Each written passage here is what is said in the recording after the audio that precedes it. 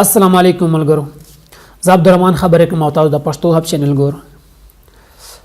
دوستان عزیزانو، یوه خبره مې نن په زړه شوه چې د خامخا یې درته وکړو او که تاسو پوه نه یاست پوه به سو. زه خپله نه ملا یم نه مولي یم نه داسې بل ډېر زیات علم ستا سره، او چې کومه خبره ما زه د هغه خبره درته کوم.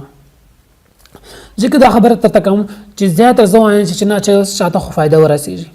ملګرو نن سبا تاسو به دې شریف ورتلی چې زیاتر آخر وخت به زیاتر جو عذاب به چې زیاتر عذاب به ورکوو سي میتاز الوجه به ورکوو سي. او ولې یو خو چې موږ اودس چې کوم اودس وچوو صحیح طریقې سره نه وچوو. بل داسې ده چې کله موږ کوم ځای میتاز لا چې شای کو هلته چې کوم چاک شي ورکوي دغه خیال نه ساتو. لیکن هغه خبره خو صحیح ده، هغه به موږ صحیح کوو. لیکن زیات طریقه چې کومه زیات ضروري خبره ده ادا ده چې کله موږ اودس وچوو نو په اوبو یې وچوو. نو تاسو به دا خبره اورېدلې چې کله تاسو چینو تازه وکړو اودس په اوبو وچکو، نو چې کله تاسو چیک سو بیا خامخا سړي نه یو دوه چاقي خامخا ضرور جي صحیح طریقې سره اودس موږ وچ کړی نه په تشو پیپر باندې او نه پلوټې باندې. صحیح طریقه دا ده ملګرو. زه خپله داسې کوم ما خپله چې کړي ډېر کسان داسې دي چې په اوبو باندې کې بیا خلک وایي چې دا اوبو پردو کې لونځ سي، خو خلک وایي چې دا اوبو له وجې ده، اوبو مو د استنجا مو وکړه دغه له وجې دا لونځ لی. لکه خبره دا نه خامخا سړي نه یو دوه چاقي دي.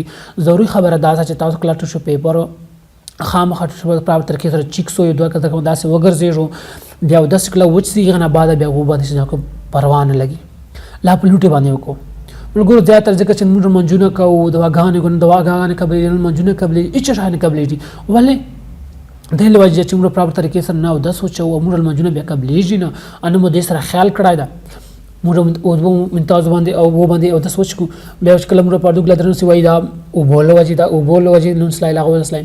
لیکن ضروري دا ملګرو تاسو هسې چیک یو دفعه تاسو یو ورته ازمونده وکړو چې خامخا تاسو چیک سو خامخا نه یو دوه کترې خامخا د نالۍ چې کومې کترې ممتاز رواني بیا د نالۍ چې پاتې بیا 2000 نه جي یو خو تاسو دوه ټوخي له درې ټوخي وکړي.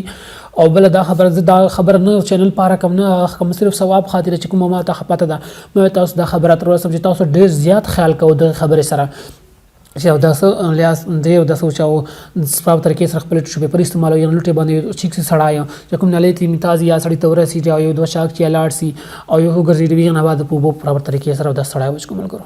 نو دوستو نو دا وایم چې ما چینل د پاره وکړل لاسم ویډیو کو صرف دا ما پته وجه تاسو ته خدای سي پته نه پته بتاو لګي خو خیال زیات کوو تاسو په دواګانې قبلېږي منځونه هم قبلېږي عمل کړو. دوستو نن ویډیو پر صرف دا کوم دا چینل تاسو ته صحیح لګیدلی کو دا ویډیو صحیح لګیدل چې په ځړ باندې تو لایک خامخا لایک او موږ